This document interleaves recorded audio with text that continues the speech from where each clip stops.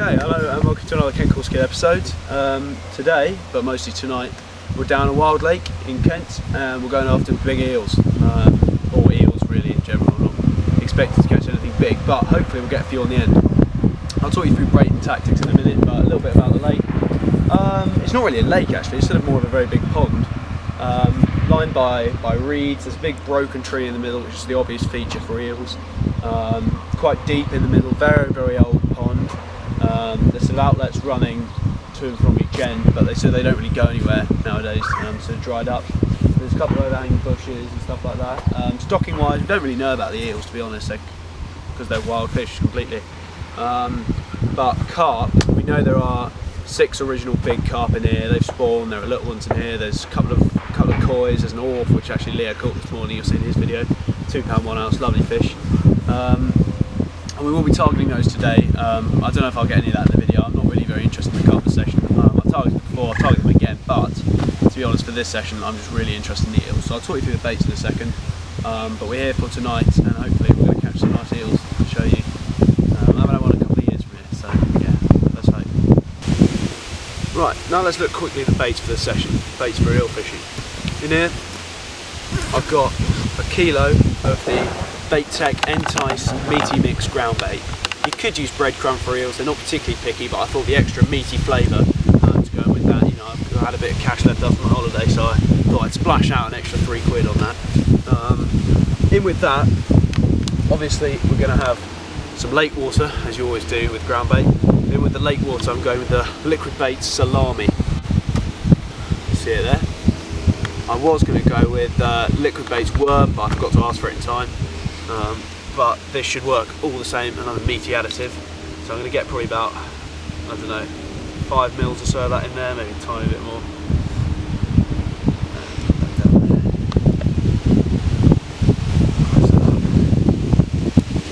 And then, the good thing about doing this in a bottle is you can just literally just close that up and then shake that around so you get it nice and evenly mixed. So I'll mix it up in a second, but before we add that we need to add all our dry mix. And to go with that, we've also got a tin of tuna, another really good meaty bait. You've got to be careful, remember, in winter months when you're fishing for carp especially, they find it very hard to digest, and if you're fishing lakes with carp in, you find it very hard to digest some tuna and oily pellets, like halibut pellets. But now it's into July, are we now? The carp's metabolism is getting higher, and so it's alright to use these kind of baits this time of year, but be careful in winter. I'm not sure why you'd be fishing for eels in winter though. Right, so we've got a bit of tuna, and we've also got, went to my tackle shop yesterday, 2 pints of the absolutely faithful white maggot. Eels love maggots, I tell you. And so we've got a nice couple of pints of there. They're dead maggots now. Remember, if you use live maggots, especially if you're spraying them out over the top, carp fishing is not so much an issue having live maggots. In fact, it's probably quite good. But when you're fishing dead maggots, especially ground bait on the bottom, if you use live maggots, they just bury themselves in the silt in these natural lakes and they'll be a bit useless. So I killed these overnight by putting them in the freezer for 24 hours. So they should be good in there. We'll probably get about a pint in the actual mix and then a pint to use as hookers. So there's the ground bait, which I'll mix up in a second. I'll show you once it's mixed. In terms of hook baits, we've got 3 rods tonight. We're going to go with 1 on the maggot, 1 on, got a jar of worms, which I'll try and fish one out for you. I literally just dug these out of my mum's compost heap this morning. There we are, nice lobworm. And then the last one, which I haven't used on here before, but I'm quite interested in. I'm not going to pick one out because it will jump everywhere, but I've got a load of live stickleback in there, which are soon to be, unfortunately, dead stickleback. But don't worry, I know they're quite an endangered species, but in this lake they're definitely not in danger. There's billions of them. So there we are. Got some stickleback in there, which I'm going to kill humanely. I'll probably just put some boiling water on them and just kill them instantly, and then chop them in half. Go with an eel, stickleback head or a stickleback tail. Hopefully the eels are like that. So really simple actually, and probably the cost of this £3. The maggot's fairly expensive, about £5. Stole the tuna from my mum, but all in all, probably less than a bag of boilies for 24 hours eel bait. So there we are, nice. Let's get that all mixed up in a ground bait bowl, stick the top on it, stop it drying out, zip it up, and yeah, I'll be away. I'll talk to you about tactics now in a second as well. Right, having mixed the ground bait, here's the setup. First point I want to make is that don't go eel fishing. It sounds stupid, but don't go eel fishing unless you want to catch eels. Because if you're going to go eel fishing, firstly you need the right tackle, you need the right approach, and you need to treat them right. Because eels are, in this country now, an endangered species, when 10, 15, 20 years ago there were just an abundance of them in the rivers and canals and lakes in England. But because of well, commercial carp angling, because angling, for good reason, is very, very popular nowadays.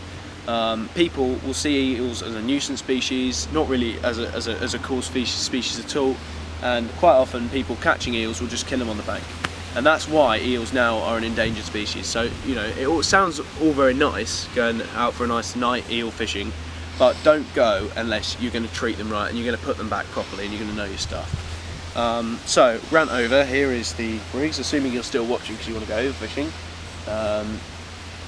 Firstly, eels, well, like most predators, don't like to feel resistance when they take the bait. So, running rig. I've gone literally the simplest running rig you can imagine. I'll just show you one of the rigs because they're all the same really.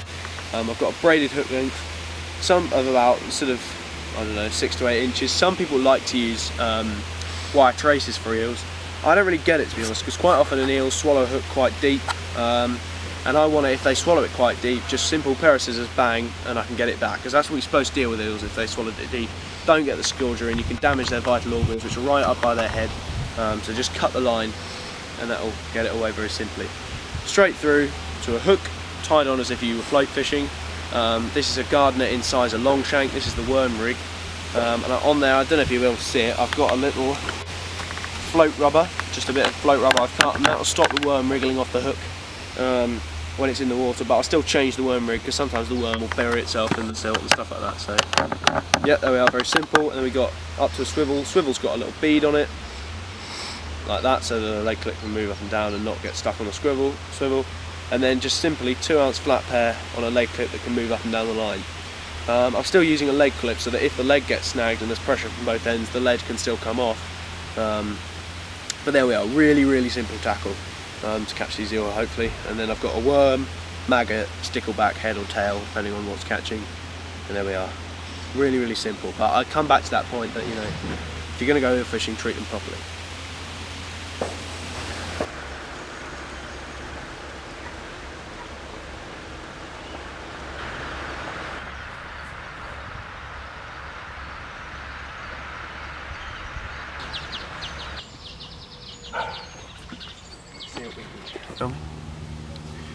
Okay, what I'm doing here is I've just caught an eel, only a little one, not the big one we were after, but I'm just calming it down, lay it on its back or on its side and just stroke its belly. And if you want, if it's still being a bit nasty, just cover its hand with your eye. Cover its hand with your eye, cover its eye with your hand, and that should calm it down, and then they should be much easier to pick up. So you look at that area, and he was being a right nuisance a minute ago. Now, hopefully, they'll let us pick him up and show you. So here we are, first eel of the session. I'm going to be very gentle handling these. Come on, he's so slippy, he's not even flipping about. Only about a pound this one. Taking on maggot, just after a big old monsoon. It looks like it's going to come back any minute, so I want to get him back pretty quickly and get back in the tent, but there we are. Nice little start to the session. Little slippery, slimy, tiny 1 pound eel, but it's a start, isn't it? And the fact that they're feeding in the middle of the day, it's good news. I've now had a couple of runs, lost one, and Leo's had one, so hopefully we'll get into some big ones as night falls and the big, oh come on mate, big ambush predators come out to play. Let's just have one more go. Come on. Remember, the more you handle them, tougher you are with them, the more feisty they'll be, as this one's showing at the moment. Yeah, he's not loving life at the moment, but can we not just get one more? He's just gone. I would lie him on his back again, but we've tried it a couple of times, and this one, little juvenile, he's not happy about it in the slightest. Oh, go on, there we go. A little eel. Right, let's just get him back.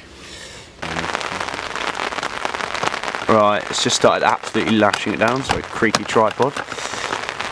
But there we are, after that eel. I've had a couple of runs now, and Leo's had a few runs, all on maggot. Nothing on the worm or the stickleback, but as I told you a second ago, I had the worm bitten off a couple of times, so we'll see. It's just exciting that eels are feeding in the middle of the day. So who knows what's to come tonight. Hopefully some big ones though. And Leo hopes there'll be no eels at all. I do indeed. They're bloody scary, those things. He's terrified of eels. But... Right then, I've been getting a lot of questions over the past few months as to why I haven't been making videos. And it's a fair comment, to be honest. I basically just stopped after the new Specie winter campaign and haven't really started again. I think this will be the first proper one. But here is a clue. A2 level physics, and A2 level maths, and A2 level chemistry. So I finished my A-levels now, and I went on holiday to Ibiza last week, which was pretty mental. But now I'm done with exams and holidays and everything. I can just go fishing. So it's over. We're sorted. No more bloody physics. I can give it a good old stamp, bleep out the swearing, and dry it off a bit. And Leo's actually got a lighter. Quite exciting. So let's see if we can't add to the greenhouse effect. Is it flammable? It's paper.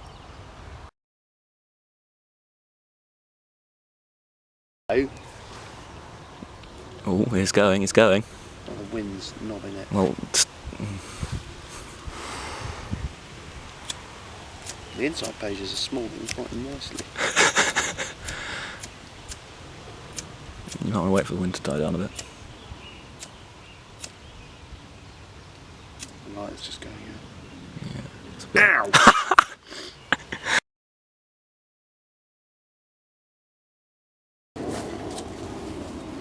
This is going about as well as my physics A level did, so.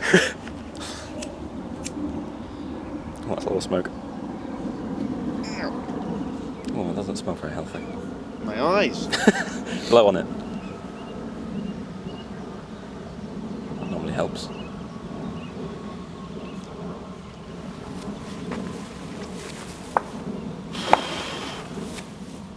That's what you needed to do. Okay. Ow! Ow! Ow! Ow!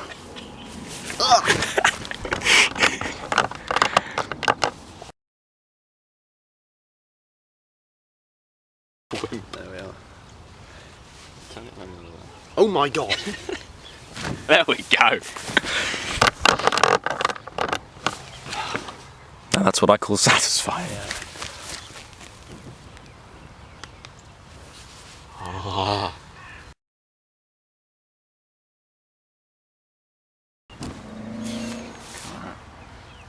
We have made a slight mess. Yeah, it wasn't us. It definitely wasn't me, I haven't done physics.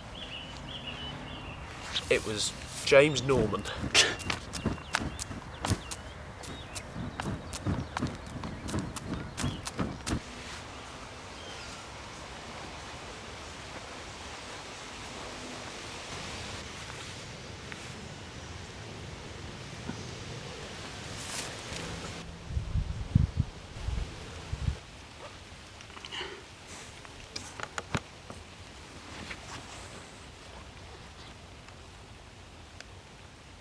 Filming? Yeah. Right, it's just about to do a bit for the camera to tell you that it's come towards the eel witching hour. It's the last of the sun's As just you gone can down. see. Sorry? As you can see, because it's dark. Yeah. Last of the sun's just gone down, and the right hand rod, that's a stickleback rig, peeled away. And pretty small eel, if I'm honest, only about, well, probably about 1/2 to 3/4 of a pound, this one. Maybe, yeah, probably close to 1/2 pound, but still a nice fish, still happy to catch it, and happy to catch it on the stickleback. Let's see if I can hold him up. He has been, as Leo will vouch for me, a nightmare on the bank.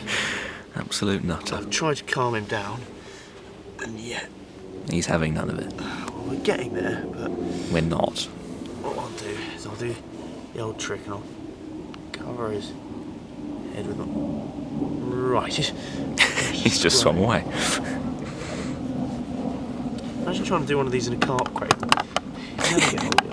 Come on. Well, it would stay in the middle. Yeah, there is an eel here, I promise. How's that looking on the camera? Looking good? Well, your hand's in the way. Yeah, I can imagine. Right there. Okay. Hopefully he's calmed down slightly enough. There we are. Little eel of about 1/2 pound taken on a stickleback. Let's get him back, and hopefully the stickleback rig was hopefully going to target the bigger eels, but it hasn't worked so far. Maggots. Let's get it back and hopefully have another one. Superb. Okay, that fish came about 10 o'clock, and well, it got started to get dark about 9:30. That fish came pretty much as it just got dark about 10 o'clock. It's coming up to about 11 now. I think I'm just going to get my head down now, to be honest. The sun comes up about 4:30 nowadays, sort of early July. So I reckon we've got about 4 hours of prime time eel fishing. Rain's going to come in soon. Just got a little bleep on colourblind. Is that a red? Yep.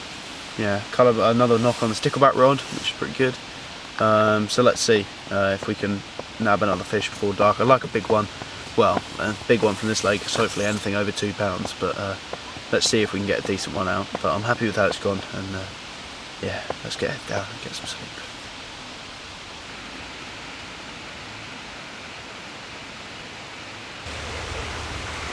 Okay, and with that, night's turned to morning. No more eels on the bank. Had a few runs last night, a few pickups, one on the stickleback, I think one on the maggot and one on the worm actually, one on each rod. None ended in fish, unfortunately, but I think that may have been down to the pretty much thunderstorm we had last night. Tent was nearly blowing away, lashing it down with rain. I would have liked showing on the camera, but it was in the car and I didn't really fancy getting up to get the camera. But yeah, not much going on. We'll see if we can maybe snag one this morning. We had an eel in the day yesterday rather, and so hopefully we might be able to pick one last one up in the day, but we've had a couple, so I'm not too displeased. It's a good start for the summer.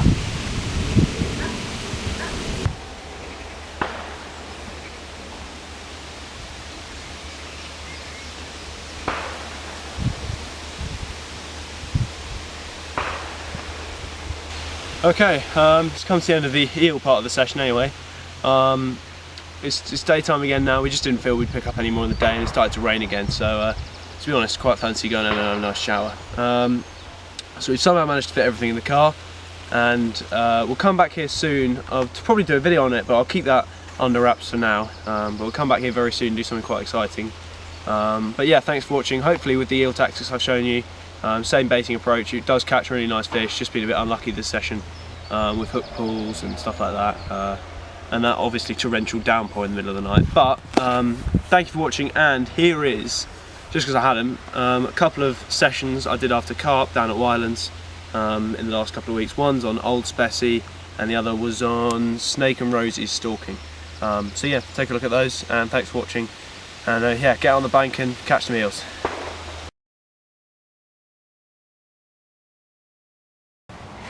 Right, first cup off the top. It's taken a little while trying to work out how to get them feeding, because their minds are on other things, but I managed to find this one in the weed, and he was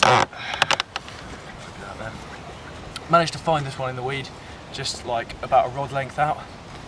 Dropped the meaty meal right on his head, and he had a few good goes at it in amongst the weed before he took it. It's a struggle landing it. Leo will show you the pile of weed in a second, but there we are. Nice, maybe 5 or 6 pound. Yeah. Nice little common to get the day off. Sweet, let's get it back, get another.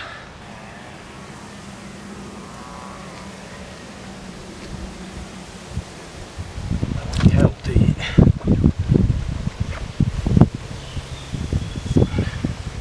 Right, second fish.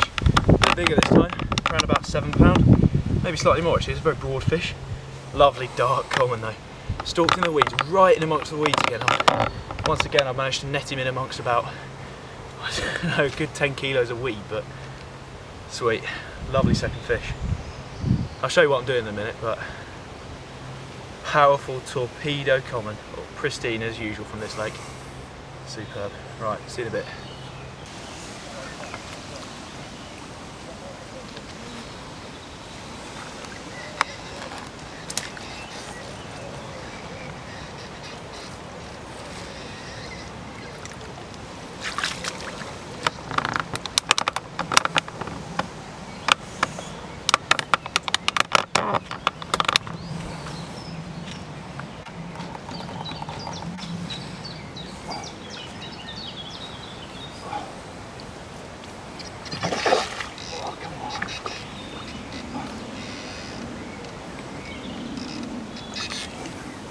Was it? I think I might.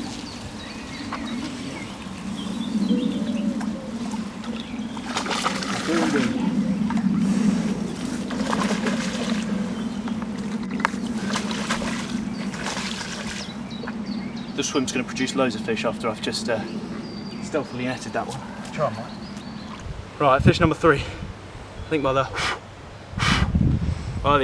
fight there you saw what went on, but yeah, lovely little, probably smallest today, about £4. Another torpedo fighting common. So, such a good fight. Going mad in this weed. But yeah, it's so hard to tell which fish is which in this dense weed, so I'm just catching anything that comes by. And yeah, sweet. Just after I showed you what I was doing there. Right, let's get it back.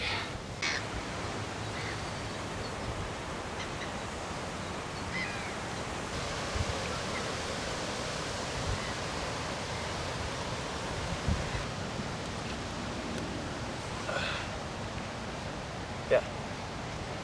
Okay, sweet, 2 fish. One stalk from my swim, one stalk from Leo's swim. He was away for a little while, so I stuck him in the retainer. This one's absolutely full of spawn, but both around the £4 mark. Both cracking fights on the light rod. Good fun, easy peasy. Right, let's get them both back. Right then, end of the video, end of the episode. I think you've seen no monsters have been caught today. But I've had, what, let's count, 5 nice fish. 3 off Rosie's, 2 off here. Biggest about £7 or £8. Nice little dark one over on Rosie's it was actually. So yeah, very happy to get down after an A-level paper this morning and get a few fish out. So we've been that down doing some longer sessions, continuing, you know, trying to go for bigger fish, specimen fish, different species and stuff. But to be honest, for now I just want to get a bed in the rod while I'm sitting exams left, right and centre. So yeah, sweet. I'll see you next time. Thanks for watching.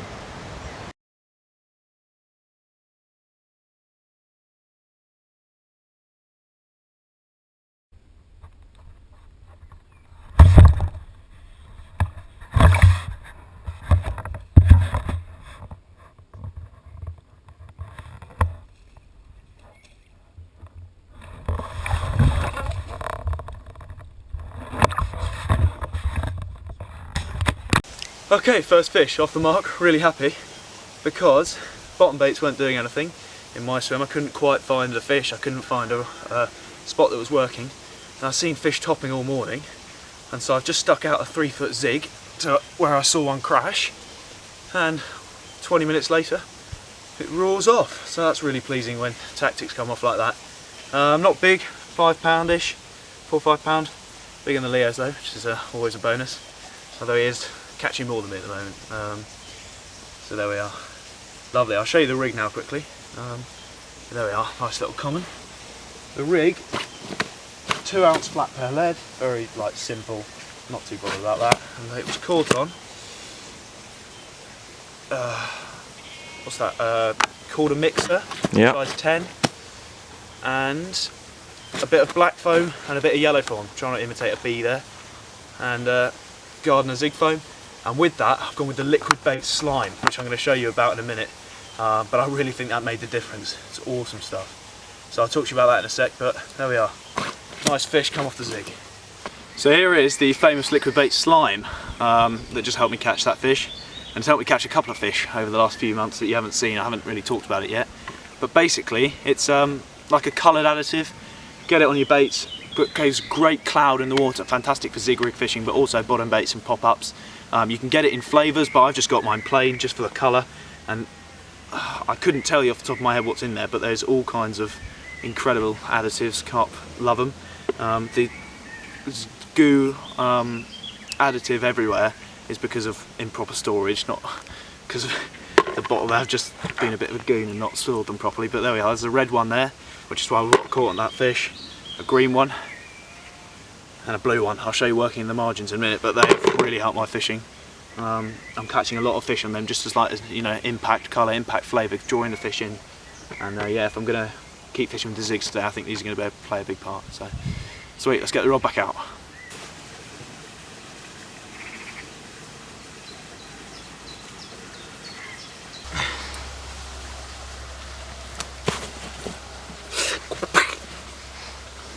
Just to clarify, he didn't actually hit it, it's alright. We like our carps. Okay, here we are, from the start of the session to the end, and to end with this lovely 22-pound mirror carp. Stunning, you know. I've known my carp since I was young, and to catch a lovely mirror carp like this, well, it makes all those years of reading the carp books all the more worthwhile, to be honest. It's my 28th 20 of the year. Just weighed it. No, I'm kidding, it's a tiny little common, but it's taken just off the reed bed there. And so this is the end of my second little short session update for you. This time down on Old Spessy, and yeah, nice little common to start on the Zig, nice little one on the liquid baits, Mexican honey to finish down by the reeds. Let's get him back.